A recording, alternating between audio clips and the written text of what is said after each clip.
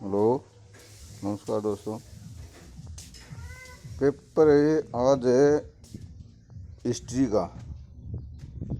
BA part है, third है, NC वालों का। हिस्ट्री का जो पेपर हुआ था ना, वो पेपर कैसा आया था वो आप देख लो। अब हिस्ट्री का तो कोई आपके रेगुलर लेक्चर तो है नहीं, तो अगर वो कोई इम्पोर्टेंट बनाते तो वो जाने। पेपर कैसा आया था एनसी वालों का वो मैं आपको बता देता हूँ।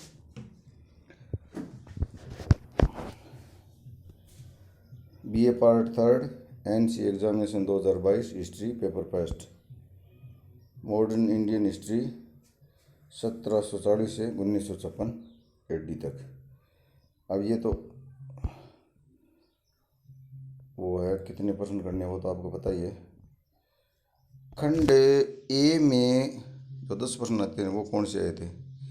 इलाहाबाद की संधि कब और किसके बीच हुई? मतलब इलाहाबाद की संधि की डेट पूछी है और किन लोगों के बीच में हुई थी वो पूछा है।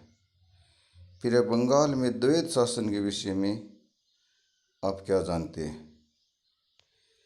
मतलब द्वैत शासन का मतलब था जो जीजी होता ना, गवर्नर जनरल, उसके पास दो विषय होते थे। जैसे अपने अभी भारतीय संविधान में ना सूचियाँ, संघ सूची, राज्य सूची, समवर्ती सूची, अवशिष्ट शक्तियाँ, तो 4 सूचियाँ हैं ना, वैसे उसमें 2 सूचियाँ होती थी जीजी गवर्नर जनरल के पास, आरक्षित और रक्षित।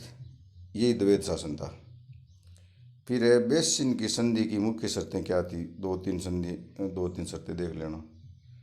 फिर है पानीपत के तृतीय युद्ध कब और किसके बीच हुआ? फिर 5वां प्रश्न है रेंतवाड़ी बंदोबस्त स्थापित किए जाने वाले प्रांतों का नाम बताइए। भूमि सुधार से संबंधित कोई कानून थे तो ये किन किन प्रांतों में लागू हुआ था? फिर है 1854 का वुड डिस्पैच क्या था?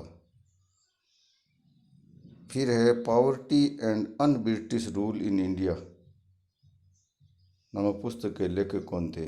इस पुस्तक के लेखक दादा भाई नेहरू जी थे। 1907 की सूरत फूट के विषय में आप क्या जानते हो? मतलब कांग्रेस में गर्म दल और नरम दल इन दोनों के बीच विवाद हो गया था सूरत अधिवेशन में। इससे संबंधित ये प्रश्न है। फिर अगला है 1940 के अगस्त प्रस्ताव के विषय में लिखिए। अब जिनके पॉलिटिकल है ना उनके ये प्रश्न हो जाएंगे, ये सब कुछ कराया हुआ है मेरा। और 10वां प्रश्न है गोलमेज सम्मेलन क्यों बुलाए गए थे? ध्यान रखना, गोलमेज सम्मेलन 3 हुए थे। और 1919 का जो भारत शासन अधिनियम था ना, वो कितना सफल रहा कितना असफल रहा, इसकी जांच करने के लिए साइमन कमीशन आया था 1927 में। और साइमन कमीशन की रिपोर्ट के बाद ब्रिटेन में 3 गोलमेज सम्मेलन हुए थे, जिसमें पहले गोलमेज सम्मेलन में तो कांग्रेस ने भाग नहीं लिया था, दूसरे गोलमेज सम्मेलन में गांधी जी गए थे, और तीसरे गोलमेज सम्मेलन में कांग्रेस की तरफ से कोई नहीं गया था। ये 3 सम्मेलन हुए थे। तो ये छोटे छोटे प्रश्न हैं, एक बार इनको आप देख लेना। फिर है यूनिट दूसरी ब। अब इसमें जितने प्रश्न है ना, एक बार इन प्रश्नों को देख लेना। आपके जितना प्रश्न करना, जितना पेपर में करना है ना, वो सब आपको मिल जाएगा। 3 प्रश्न करनी है, यहाँ से 10 प्रश्न है, कोई 3 तो रिपीट हो ही जाएंगी, टेंशन मत करना। पहला है प्लासी के युद्ध के कारणों का वर्णन कीजिए। इसका तो रणजीत सिंह पर एक निम्न संक्षिप्त टिप्पणी लिखी। रणजीत सिंह वाला याद कर लेना, इस यूनिट में भी आ सकता है और तीसरी यूनिट में भी आ सकता है। फिर है अंग्रेजों के विरुद्ध मराठों की असफलता के कारणों का वर्णन कीजिए। इसका अथवा है माधवजी सिंधिया की उपलब्धियों का वर्णन कीजिए। अगला है 1857 के संघर्ष की असफलता के क्या कारण थे? मतलब 1857 जो क्रांति हुई थी ना, वो असफल क्यों हुई थी, उसके क्या कारण थे?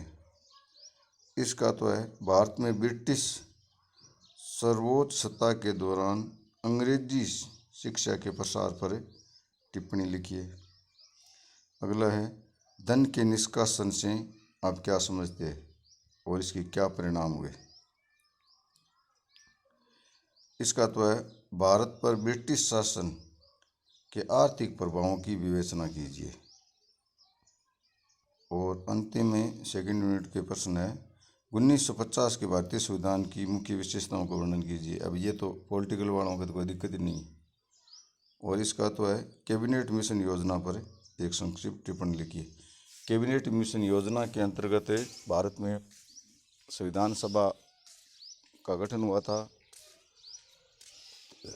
कैबिनेट मिशन में 3 लोग थे, ब्रिटिश संसद के 3 मंत्री थे।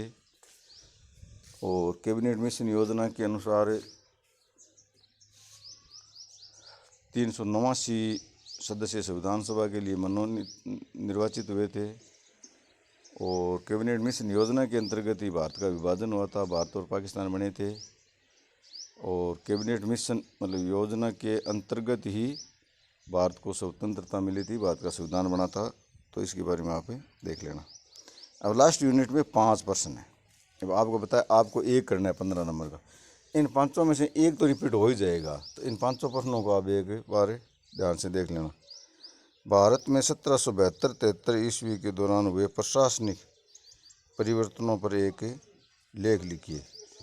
अब 72-73 के परिवर्तन का मतलब है जो रेगुलेटिंग एक्ट बना था ना 1973 का, वो पहला एक्ट था। और उसमें क्या क्या परिवर्तन हुए थे वो आपको एक बार देख लेना है।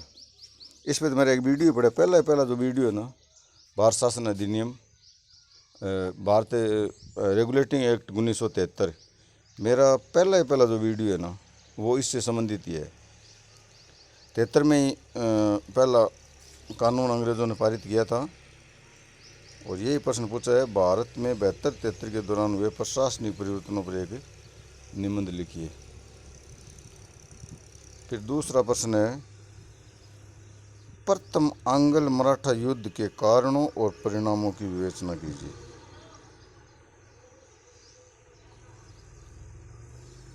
फिर है रेंतवाड़ी बंदोबस्त के प्रावधानों का आलोचनात्मक परीक्षण कीजिए। फिर अगला है भारत शासन अधिनियम 1919 की मुख्य विशेषताओं को ले कीजिए।